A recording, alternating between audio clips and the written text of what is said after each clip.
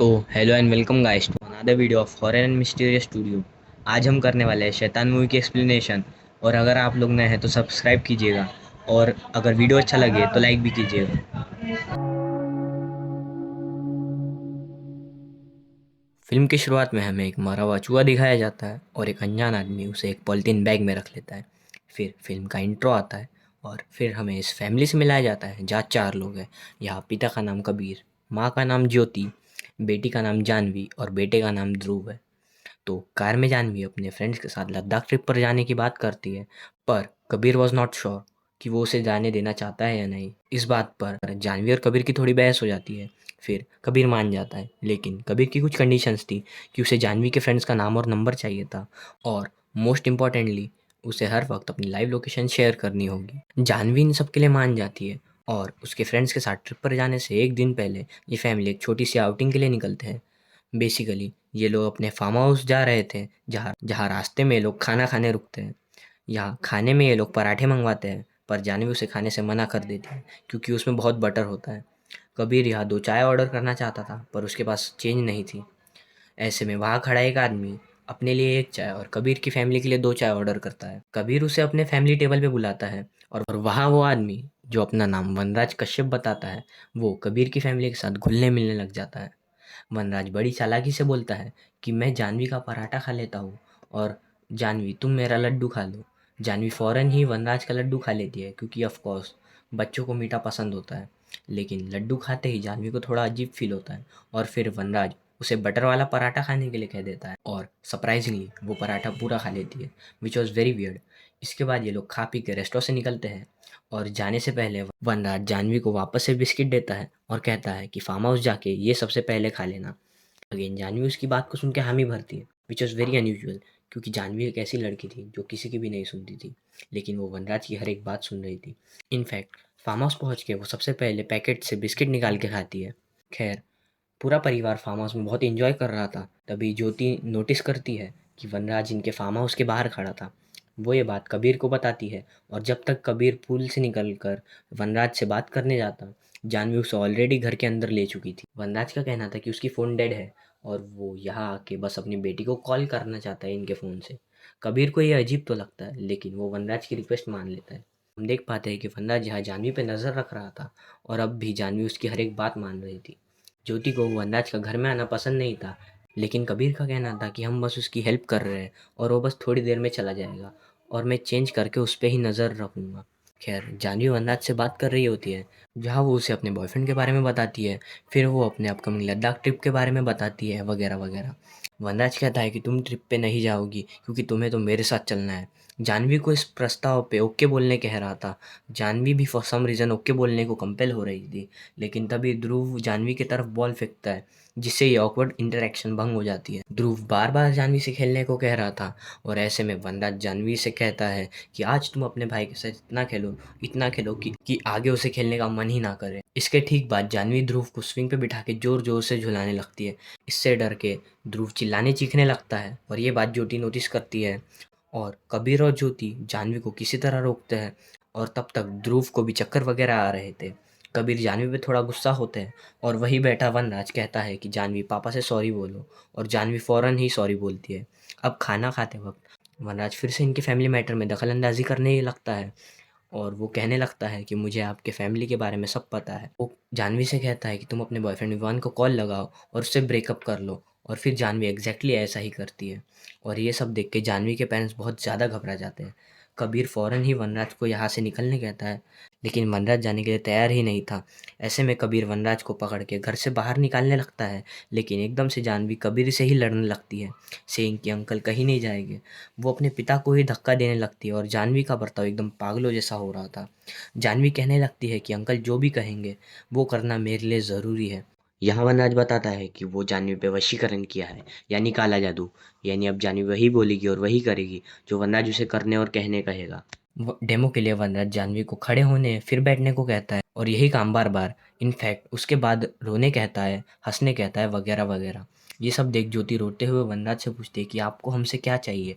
वनराज पहले तो इनसे इनका सारा फ़ोन टैब टेबल पे रखवाता है, और फिर जानवी के हाथों ये सब तुड़वा देता है। वनराज यहाँ जानवी को चाय पत्ती तक खिलवाता है और अपने ही पिता कबीर को थप्पड़ भी मरवाता है। अब वनराज अपने जानवी से पैर दबवाते हुए कहता है कि मैं जानवी को अपने साथ ले जाना चाहता हूँ।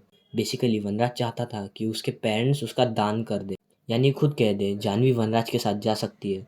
वैसे तो वो उसे ऐसे भी ले जा सकता है, अगर परमिशन नहीं मिलती है ना तो आगे चल के उसका वशीकरण टूट सकता है, क्योंकि दिल से जानवी अपने पेरेंट्स को याद करती रहेगी, इसलिए पेरेंट्स की परमिशन ज़रूरी है। और कबीर और ज्योति को यह कहना है कि वो जानवी का आजीवन अर्पण करते हैं ना। ऑफ कोर्स कबीर इसके लिए तैयार नहीं होता है और ऐसे में वनराज कहने लगता है कि जब मेरे सामने कोई तड़पता है और गिड़गिड़ाता है तो अब मुझे बहुत खुशी होती है। ऐसा कह के वनराज जानवी को एक लात मारता है और इसके रिएक्शन में कबीर वनराज को मारने लग जाता है। वनराज जानवी से ध्रुव का सर तोड़ने कहता है और जानवी ऐसा ही करती है। दूसरी तरफ हम पुलिस को यहाँ आते देखते हैं, क्योंकि ज्योति बार बार पुलिस हेल्पलाइन पे मिस कॉल दे रही थी। पुलिस घर के अंदर आती है और ऐसे में हम वनराज, ज्योति और कबीर को ऐसे बिहेव करते देखते हैं कि जैसे वो फैमिली और फ्रेंड्स हैं। ऐसा इसलिए कि वनराज जानवी को एक गैस सिलेंडर पे बिठा दिया था, साथ ही उसके हाथ में एक माचिस थी, यानी अगर कबीर ज्योति अपना मुंह खोलते तो जानवी गैस में आग लगा देती, जिससे वो तो कम से कम मर ही जाती, बाकी लोग भी उसके साथ मरते।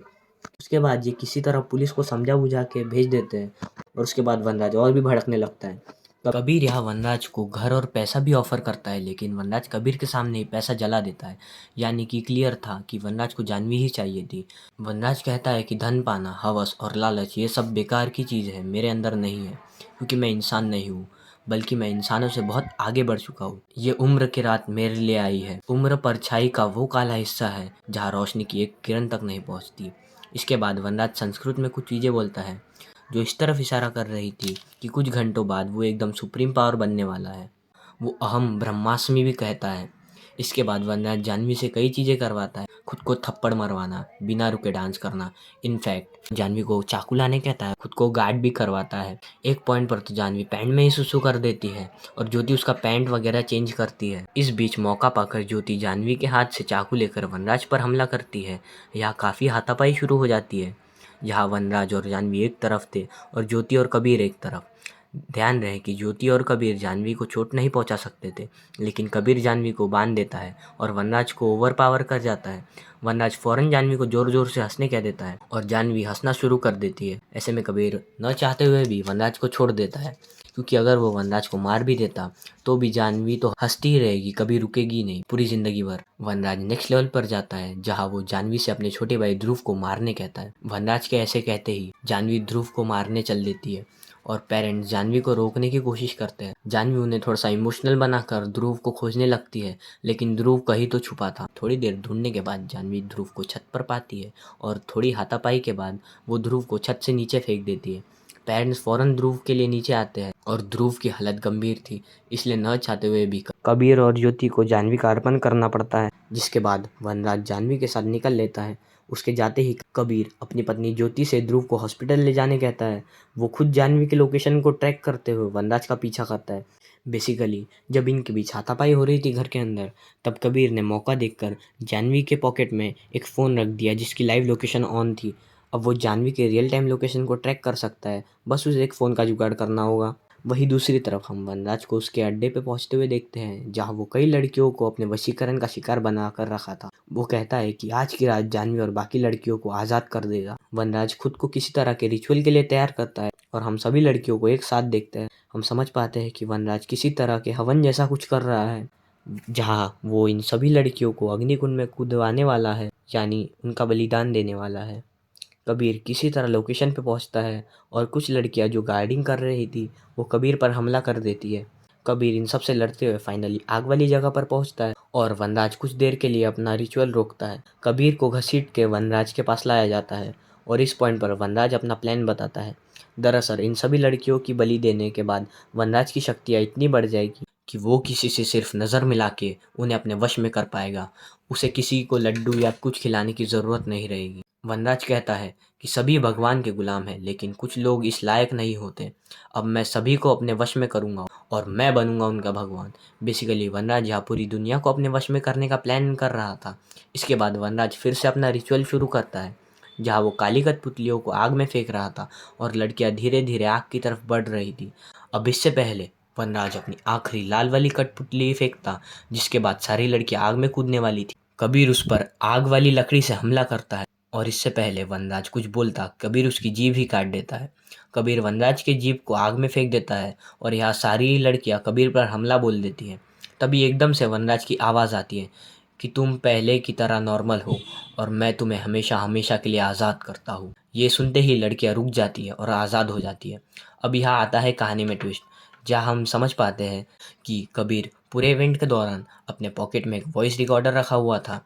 इनके फार्म हाउस पर एक ऐसा सिचुएशन आया था जहाँ वनराज उन्हें टॉन्ट करते हुए चिल्लाते हुए कह रहा था कि आपको क्या चाहिए कि मैं आप सभी को आज़ाद कर दूं ताकि आप सभी नॉर्मल हो जाए हमेशा के लिए। तो हाँ, इस ऑडियो को रिकॉर्ड करके अपने बेटे की मदद से एडिट करके कबीर परफेक्ट बना लिया था, जो कि वो अभी प्ले करके सभी लड़कियों को आज़ाद कर दिया है।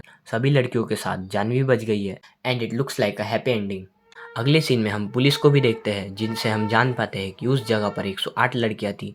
108 ही क्यों? क्योंकि 108 नंबर का हिंदू धर्म में काफ़ी सिग्निफिकेंस होता है। सभी लड़कियां अपने घर वापस जा चुकी है और अपने परिवार से मिल रही है। हम देख पाते हैं कि ज्योति अभी ठीक है और ध्रुव भी अभी अच्छा फील कर रहा है।